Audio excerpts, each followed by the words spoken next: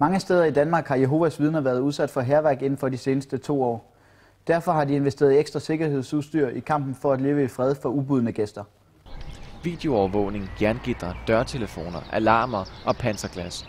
Det er nogle af de sikkerhedsforanstaltninger, Jehovas vidner har investeret i for at undgå hærværk. For eksempel i Otterup på Fyn har man haft problemer med det flere gange. Det værste, der skete, det var sådan set, at en aften vi var til møde, så kommer der sådan næsten en halv flise ind igennem ruderne, mens vi sad, og glassplinterne, de kommer rundt omkring os, ikke? Så vi er uheldige, at det ikke tager nogen på første række, så er det virkelig gået galt. Den voldsomme oplevelse fik Sonny Salomonsen og de øvrige medlemmer til at investere i panserglas, men også yderligere sikkerhedsforanstaltninger blev installeret. Vi syntes, at det var ved, at vi kunne forebygge, sådan det slet ikke skete noget, og derfor fik vi installeret kameraovervågning på huset, ikke? Sådan at vi overvåger alt på parkeringspladsen og hen langs med huset. Men det er ikke kun i Otterup, at de er blevet chikaneret. Også i Fredericia, i Horsens, på Frederiksberg og her i Esbjerg har de kæmpet med de ubudne gæster. De kastede en Molotov-cocktail ind ad den ene vindue. Den lavede så meget såskade, at vi faktisk var nødt til at renovere hele vores rigssal.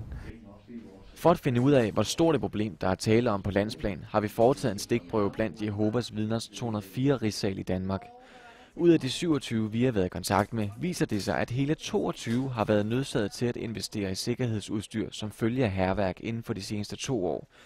Det er altså over 80% af dem, vi har talt med. Det overrasker ikke religionssociolog på Aarhus Universitet.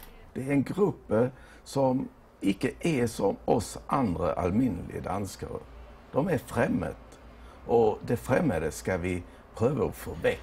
På Christiansborg mener Johannes Schmidt-Nielsen fra Enhedslisten, at tendensen er uacceptabel. Man kan være uenig med Jehovas vidner i nogle af deres budskaber, og så må man tage den diskussion, men selvfølgelig aldrig nogensinde med sten gennem vinduerne.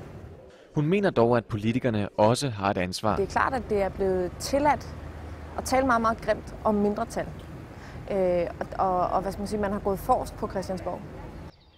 Tilbage i Otterup håber man bare på, at hærværket snart ophører. Ja, vi er ikke glade for det. Det er vi bestemt ikke. Absolut ikke glade. Vi er meget kede af, at det sker. Flere steder i landet oplyser Jehovas vidner, at de har brugt over 100.000 kroner på at øge sikkerheden.